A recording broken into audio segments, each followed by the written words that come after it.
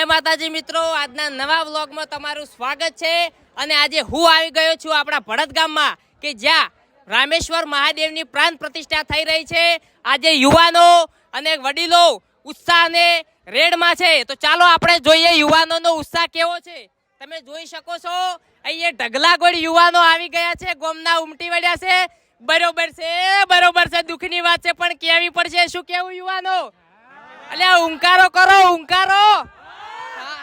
આજે ઉંકારા કરીને આકોટા કરી રહ્યા છે।